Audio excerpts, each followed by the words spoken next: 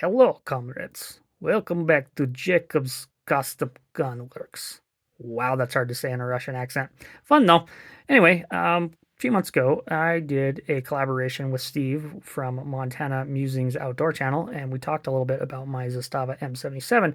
And he thought it would be a cool idea if I did like a Q&A type thing or a how-to video, and I decided today I would kind of do that in a sense. This is a little bit of a tabletop review from me about these two scopes. So I'm going to go ahead and move this one out of our way. I'm going to focus on this guy just because this pertains a little bit to that Zastava M77 I was talking about.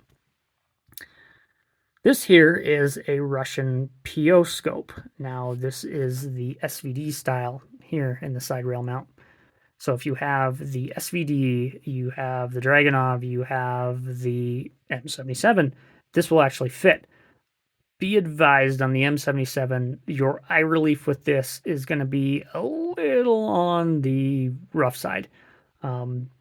Because of the Yugo pattern side rail mount, it might be a little far back. So you may be pulling a little fur back on your stock to try to get your correct eye relief to see through the scope. Is it doable? Yes, I have had this on my gun. It shot well. I actually really miss this, but it's just uncomfortable for me, and I'm not a very big guy. I can imagine if you're a bigger guy, this might be an issue, but if you want something in this Russian Slavic style optic, here you go. This is just absolutely neat for me. This is a really neat reticle. So the reticle inside of here is the Dragunov 1000-meter reticle. Unfortunately, I have made this video probably 4 times, and every time I have tried to make this video and zoom in on the reticle, it's like 4 minutes of me and shaky camera. So there's lots of videos out there on the YouTube, and then lots of other things you can look up, searches online, and see that reticle. It's very neat, very near and dear to me. I like AKs, like Steve said, so this is very near and dear to me. A couple of things with this is, of course, we went over the mount. These can be hot swappable, these bases here. You can remove the screws here and here. Things is, sometimes these pins won't line up between the AK and the SVD mounts, just so you know. The other thing I have experienced is the bolts in the back that bolts to that mount may or may not line up as well. It just depends on your brand and where you get them. The other thing I've noticed is the distance between here and here in the AK style may be taller or shorter, so keep that in mind as well if you try to swap this out. I believe this diode here can be switched, so this is a red reticle when you turn the switch on the other side here. I think you can get green and blue and yellow and a couple other colors. I believe Kalinka Optics Warehouse used to have them at one point. They still may do. I haven't checked in a long time. This one's nice for us English-speaking people, on off. And of course, then it's got our lovely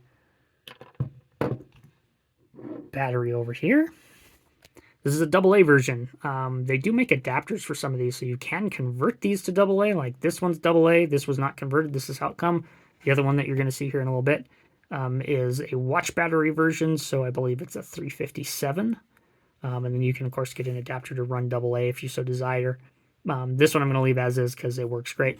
AA versions definitely seem to have a brighter reticle, but it could be the difference between, you know, putting a alkaline battery versus lithium battery in there, and that may or may not help. Unfortunately, I don't have either battery at the moment, so it's just straight alkaline in both. I have the flip caps on this one. As you see, these ones are Butter Creek.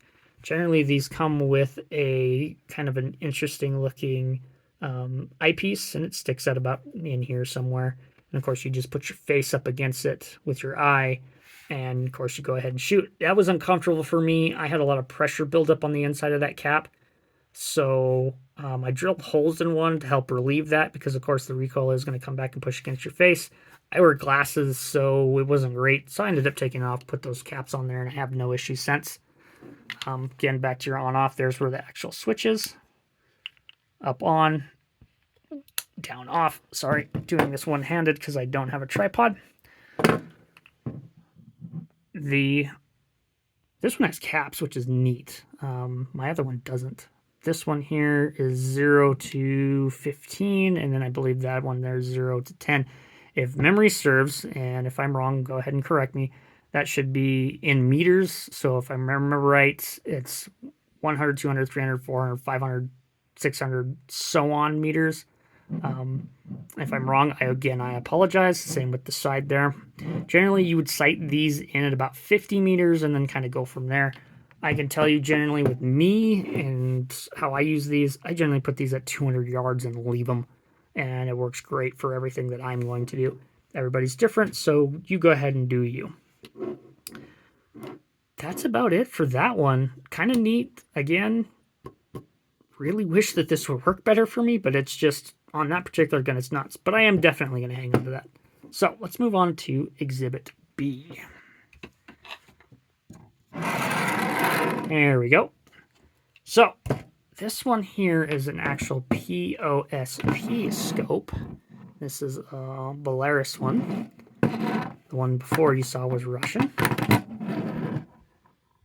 POSP. And there's a couple of different designations for these, like this one here, POSP, PO, PSO, a couple of different variations. And there's a night vision one and things like that. Anyway, this is your AK mount. This will go on your AK platform. So anything from PSA, Century, DPMS with the new Anvil, the list goes on. As long as it's got a side rail and it's a traditional AK side rail, this will fit. And they work really good. This has got a Simonov reticle on it. This one is designed for 7.6239. You can use these for other calibers. However, your bullet drop may not exactly be 100% correct, so keep that in mind if that doesn't bug you. The other one you saw earlier is the Dragunov reticle. It is designed for, of course, 7.6254R. The adjustments on this are very similar. And what you would do, I think I forgot to mention it on the other one, is pop those two screws there. By that, I just mean loosening these two screws here.